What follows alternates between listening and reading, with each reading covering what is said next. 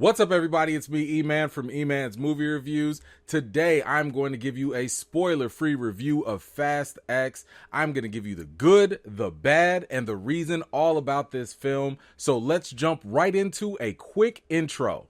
Dom Toretto and his family must confront the most lethal opponent they've ever faced. This new villain is set only on making Dom and his family suffer beyond compare. All right, let's jump right into the good. The good.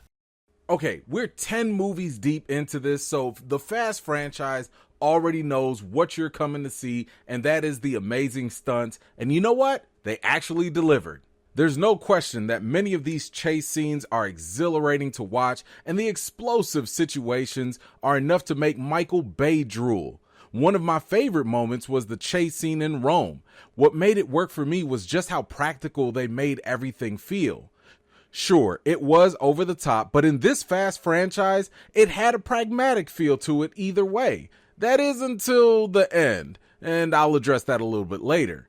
No matter how insane some of the stunts were, you still couldn't help but watch to see how crazy things were gonna get. Now, out of all the performances in this movie, Jason Momoa definitely stands above everyone else. He clearly was channeling his inner Joker with this performance. What I loved was how his performance matched up perfectly with his character of Dante. He was an absolute problem for the Fast family, and it was refreshing to see a villain be so completely unhinged. The crazy thing is that Momoa's character manages to accomplish things that the whole franchise wishes it could, but hasn't been able to do. For example, Dante's commentary throughout the series is spot on and hilarious.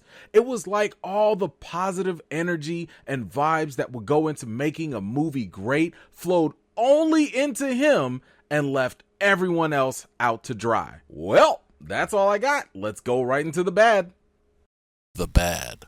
Now, don't get me wrong, while I absolutely enjoyed many of the stunts in this movie, this film always found some ridiculously insane moment to just take things to another level that checked me out of the movie and had me rolling my eyes. The sad thing is that a lot of the stupidity that happens in the movie are completely unnecessary. And what I mean by unnecessary is when you have some ridiculous situation that requires 0.00001% of probability of actually succeeding.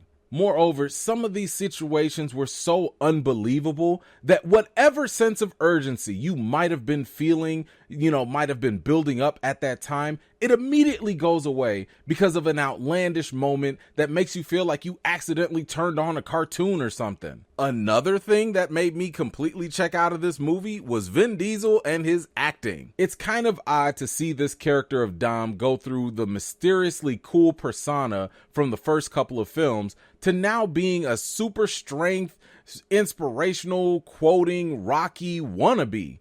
Now, trust me, I never go into these movies looking for Oscar award-winning level talent or anything like that. But Diesel's performance here was so cheesy and cringy, and that was like anytime he wasn't driving. A lot of the contrived emotional drama felt like a low-budget soap opera or something.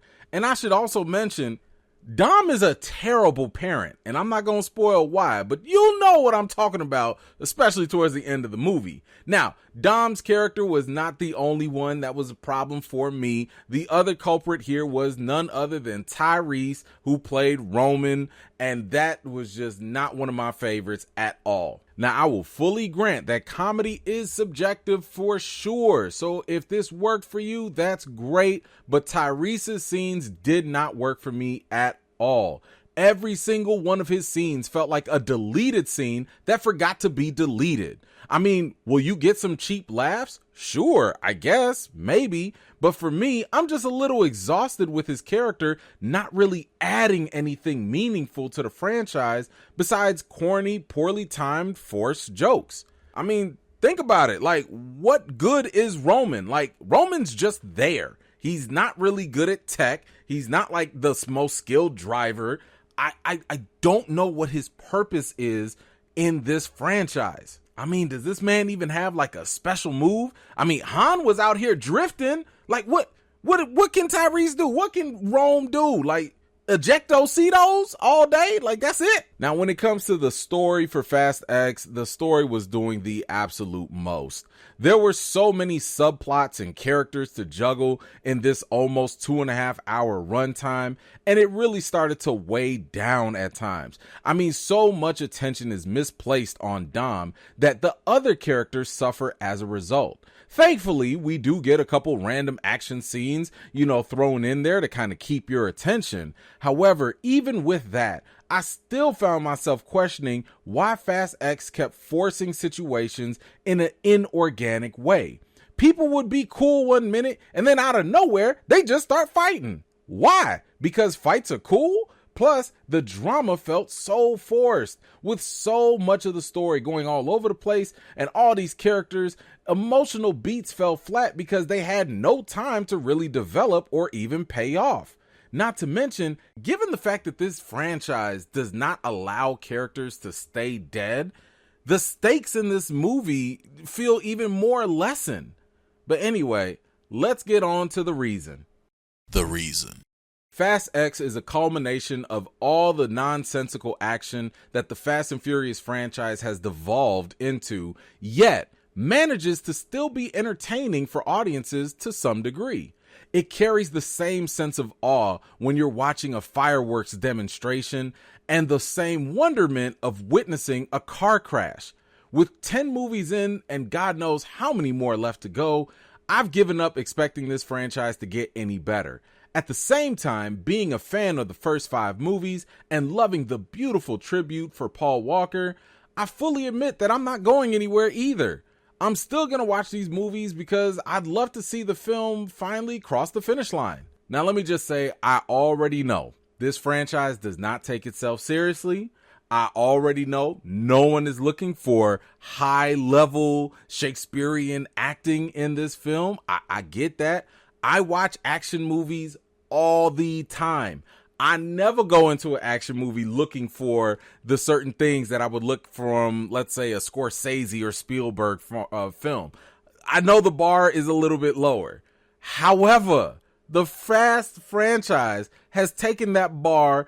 I mean, it's actually gotten to the point where it's so low, I can't even compare the Fast franchise to other action films anymore. In a similar way to how the John Wick franchise has kind of separated itself into a different action category, so has the Fast and Furious franchise.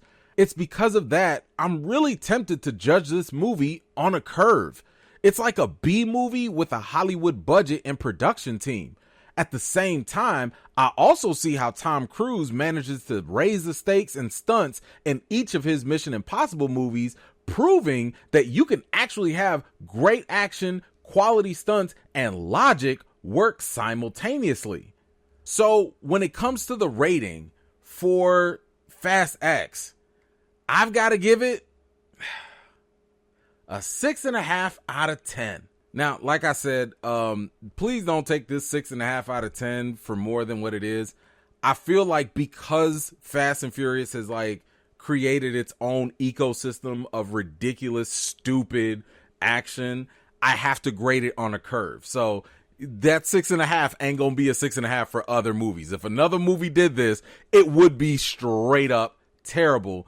Because I'm also taking in consideration that 10 movies in, they have conditioned, especially a lot of the fan base, to expect this and to be okay with this. Now, if you wanted a sense of what Fast X will give you, I would say that it probably is a combination of the ridiculous absurdity that you got from Fast 8, but at the same time, it's a slight step above Fast 9. So if you're good with senseless action, corny jokes, and literally unbelievable stunts that lead to the rampant abuse and bullying of helicopters, then Fast X is actually the movie for you.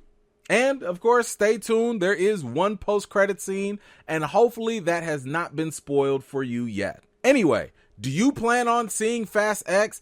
If and when you do, make sure you come on back to this video and let me know what you thought about it. I want to thank you all so much for taking the time to watch my video. I really appreciate it. Don't forget, if you like what you see, go ahead and subscribe and hit that notification bell. I've got more videos and reviews to do for you all, and until next time, I'll see you all later.